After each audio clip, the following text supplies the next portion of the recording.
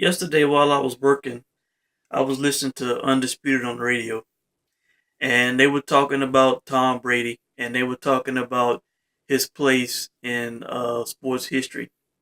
They were asking, was he the most clutch player of all time in any sport? And they asked, was he the greatest football player of all time? Now, I need to answer this. First off, is he the most clutch player? No, I would say number two. Jordan is still number one for me. But in football terms, yes. Okay. Now, is he the greatest football player of all time? Um, Let me say this. Okay. In my post game video, I said a few times that Tom Brady is, and he has cemented his place as the greatest of all time. I said that. I need to clarify. Okay. I thought this was understood. I can't believe that this is actually a question about him being the greatest football player of all time. Okay, Tom Brady is the greatest quarterback of all time. He cemented that. Okay, the five Super Bowls, the frequent comebacks, his high rankings in the all-time stats. I don't think he will catch Peyton. Peyton's yards, touchdowns, records, and all that. You know, but he doesn't have to. Um, I think does he have the win record? I'm not sure. For some reason, I'm thinking he does, but I could be wrong.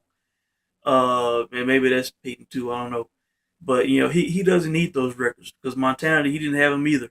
And people still consider him to be the greatest quarterback of all time because he went 4-0 in Super Bowl, and just showed greatness at the greatest moments.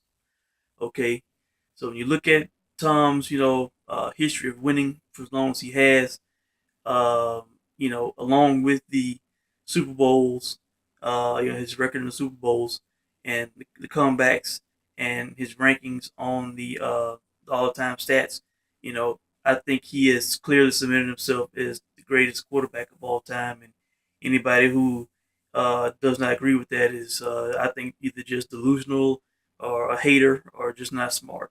you know, he like I said, he had all on the line in that game you know, and I was feeling bad for him too. Like around the second quarter, I was just like, man, this guy could submit himself as the greatest of all time at the quarterback position, and he's getting blown out in the big game. And the guy came back and snatched victory, snatched the Super Bowl, and snatched the title as the greatest quarterback of all time, in my opinion.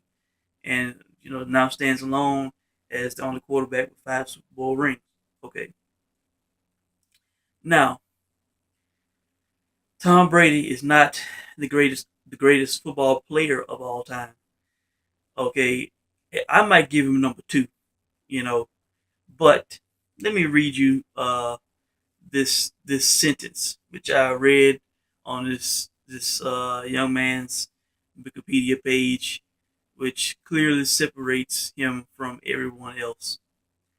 Okay, as of 2016, this man holds over 100 NFL records, the most of any player by a wide margin. Okay, this man also has 3 Super Bowl rings. He went 3 for 4 in the Super Bowl, and hell, the one that he lost was not his fault. It was more of a management fault, you know, and that's Jerry Rice. You know, Jerry Rice is still, to me, without a doubt, clearly, by far, the best football player of all time. Hell, I'm still pissed that they did not let this man speak last when he did his Hall of Fame induction speech. They let Emmett go on last and not Jerry Rice, and I did not understand and still do not understand. You know, Jerry Rice is by far the greatest wide receiver of all time, and with all the records that he has, he cemented himself to me as the greatest football player of all time. Clearly, the most dominant at his position, and the one who had the most excellence throughout any position in NFL history. So no, Tom Brady, I would give him number two. Okay, and that's just as of right now, right off the top of my head, I cannot think of anybody who has had such excellence for such long period of time. But remember, Jerry Rice was discarded after 15 years by the 49ers. Everybody thought he was old. Everybody thought he was done. And then he went to Oakland, and hell, he was helping them make it to the Super Bowl. He was having an All Pro year in 2002. You know, Jerry Rice had a 20-year career. With excellence for a long time. You know, close to almost 20 years. The man stayed in the league until nobody wanted to sign him anymore. Until he was, you know, the fourth best option on the Denver Broncos. He decided to hang him up.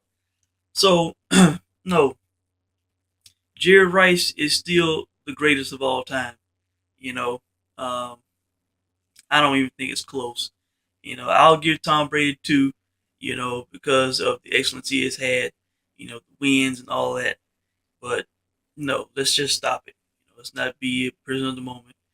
It's Jerry Rice by far still the GOAT. Okay. And if you guys think any different, if you guys wanna say who you feel is the greatest of all time, you can leave that comment in the comment section. We can talk about it. But for my money, you know, the record book says it all. You know, Jerry Rice, and he would be 4-4 in the Super Bowl if Al Davis did not foolishly give up John Gruden to the Tampa Bay Buccaneers, to where Gruden would be on the sideline knowing everything that the Raiders were doing and were about to do. You know, that was hard to watch as a Raider fan of 2002. You know, that was not Jerry Rice's fault. That was Al Davis's fault. Hell, and I clearly remember in the Super Bowl, Jerry Rice had a touchdown pass. I know it's one of the one of the fastest individuals I've ever seen. Run the football when he caught that pass out of just anger, and he just wanted to show that he was there to play, that he was not quitting, that he was a champion. You know, that he is one of the greats of all time. He caught a touchdown pass and hauled ass on somebody and left him in the dust. You know, and this was old Jerry Rice. So, uh, yeah, Jerry Rice is the man, and it's gonna take a hell of a player to beat him out as the greatest of all time to take over so many records in whatever position that they play. So that's my opinion on this. You guys can let me know what you think. And hope you guys doing good, man. Have a good day.